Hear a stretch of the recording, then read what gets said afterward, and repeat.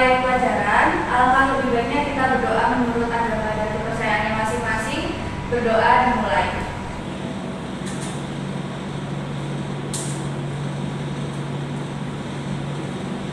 Berdoa selesai. Oke, minggu lalu kalian telah mempelajari terkait kelangkaan dan permasalahan-permasalahan ekonomi lainnya. Nah, sekarang coba kalian pikirkan apa yang sering kalian lihat di sekitar kota kalian. Mungkin seperti pembangunan kawasan industri, pembangunan jalan tol, atau bahkan pembangunan gedung-gedung yang tinggi. Nah, itu nantinya akan berkaitan erat dengan materi yang akan kita bahas pada pagi hari ini, yaitu pertumbuhan dan pembangunan ekonomi. Nah, dari kalian ada yang tahu nggak apa sih pertumbuhan dan pembangunan ekonomi itu? Pertumbuhan ekonomi dulu, ada yang tahu nggak? Ya, Mbak. Jadi pertumbuhan ekonomi itu adalah peningkatan kapasitas suatu perekonomian untuk menghasilkan barang dan jasa dalam periode tertentu.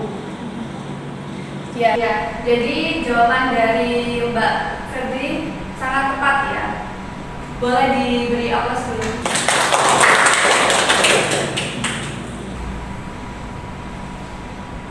Oke, jadi pertumbuhan ekonomi itu adalah peningkatan jumlah produksi barang dan jasa dalam periode tertentu. Nah, pertumbuhan ekonomi ini ditandai dengan bertambahnya seperti kawasan industri ataupun pabrik dan pembangunan seperti jalan tol ataupun gedung-gedung di kota kalian, seperti itu.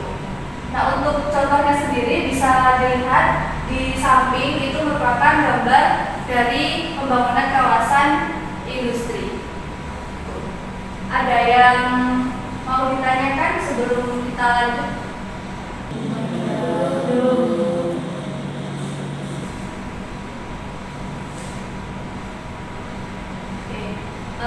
Di pertumbuhan dan pembangunan ekonomi itu juga ada teori-teori terkait pertumbuhan ekonomi.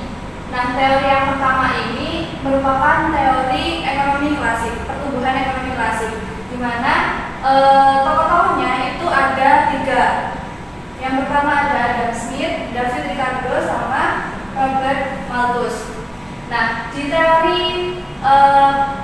pertumbuhan ekonomi klasik ini itu lebih berfokus pada pertumbuhan ekonomi itu dilihat dari sudut pandang pertambahan penduduknya, hanya sudut pandang pertambahan penduduk dan tidak ada faktor lain seperti itu.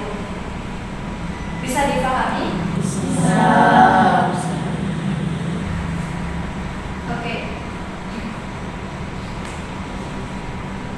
Lalu untuk teori selanjutnya, di mana teori pertumbuhan ekonomi neoklasik.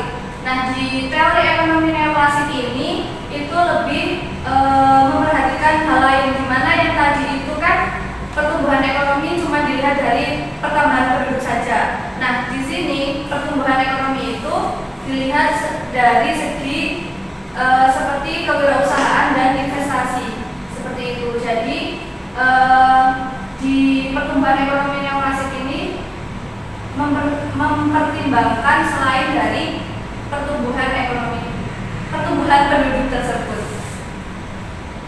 Untuk tokoh-tokohnya itu ada 3. Yang pertama ada Harold Domar, terus ada Schumpeter, dan juga Robert Solow. Sampai sini mungkin ada yang ditanyakan?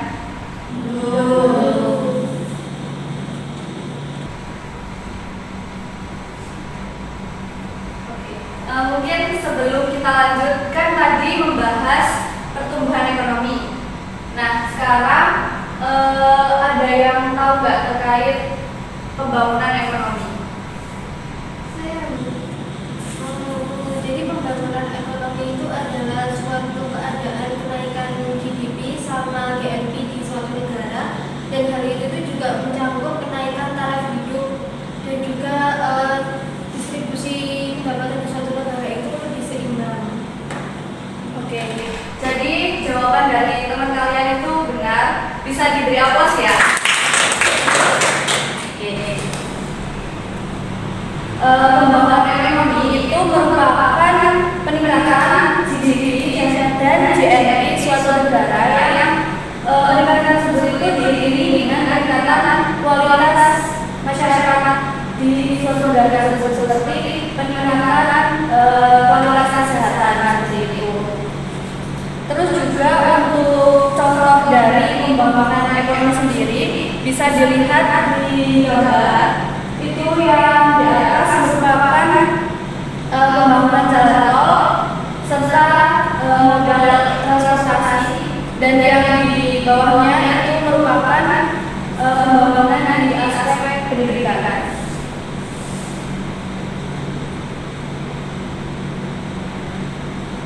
Yang mungkin dari kalian ada yang tahu nggak apa sih indikator, apa saja indikator pembangunan ekonomi tersebut?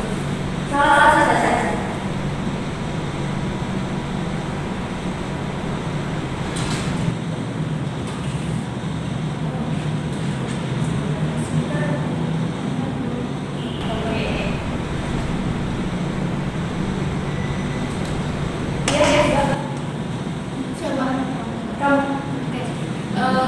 Salah satu indikatornya itu ada indeks pembangunan manusia atau IPM.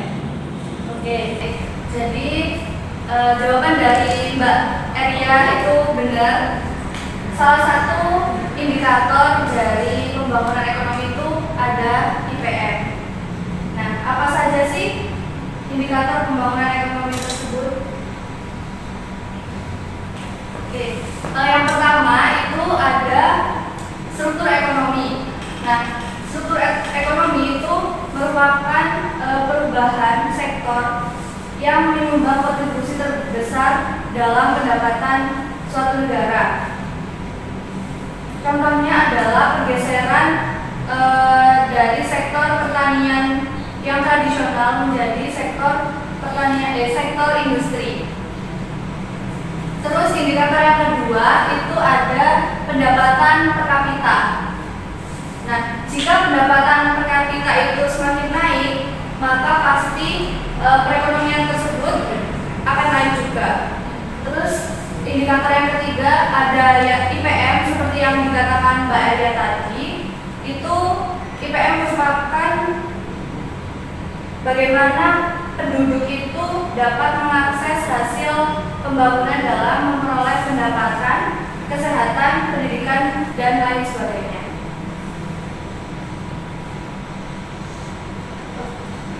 Mungkin sampai sini ada yang mau ditanyakan? Oke, kita lanjut ke materi selanjutnya.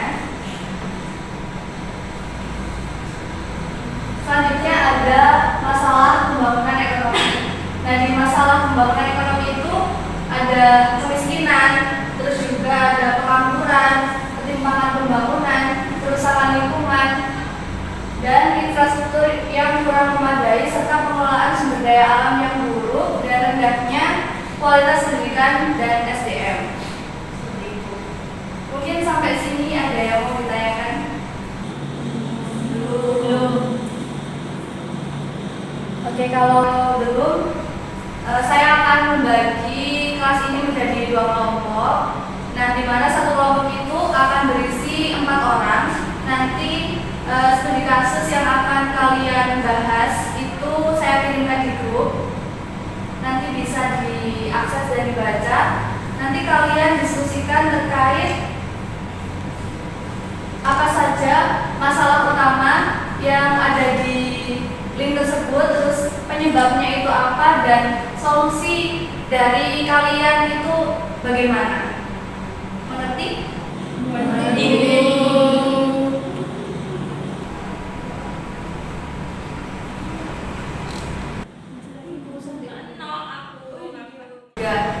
Oke, mungkin waktu diskusi sudah berakhir. Dari kelompok 1 sama 2, siapa yang mau maju?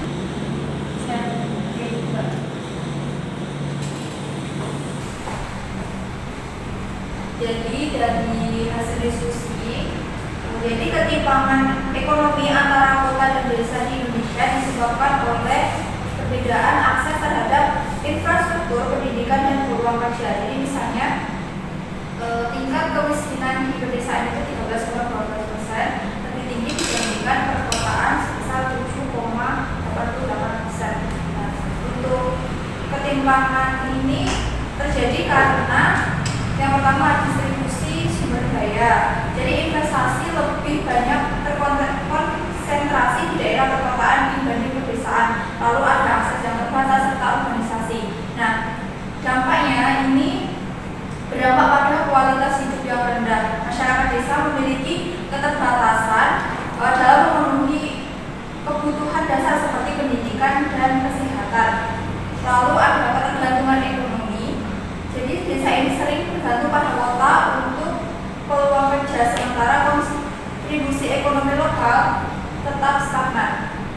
Nah, bagaimana sih solusinya? Jadi pemerintah itu dapat mengatasi ketimpangan dengan yang pertama pengembangan infrastruktur pedesaan, lalu program pendukung ekonomi, lalu ada desentralisasi dan pemekaran wilayah, lalu yang terakhir ada integrasi desa kota. Begitu. Oke, terima kasih Mbak atas jawabannya. Mungkin boleh duduk. Beri apa untuk Mbaknya? Oke, mungkin pertemuan kali ini cukup seperti ini. Sebelum kita mengakhiri pertemuan kali ini, ada yang bisa menyimpulkan dari awal sampai akhir ini kita bahas apa saja mungkin?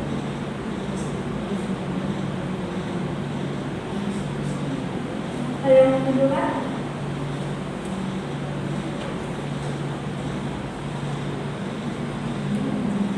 Oke, kalau nggak ada, jadi tadi kita sudah membahas terkait pertumbuhan dan pembangunan ekonomi, di mana pertumbuhan ekonomi itu merupakan peningkatan barang dan jasa di suatu negara. Nah, sedangkan pembangunan ekonomi sendiri itu merupakan peningkatan barang dan jasa juga. Namun diiringi dengan peningkatan kualitas hidup masyarakat, seperti kualitas pendidikan dan kualitas kesehatan. Mungkin cukup seperti itu. Sebelum mengakhiri pertemuan kita kali ini, alangkah lebih baiknya kita berdoa menurut agama dan kepercayaan yang masing-masing. Berdoa dimulai.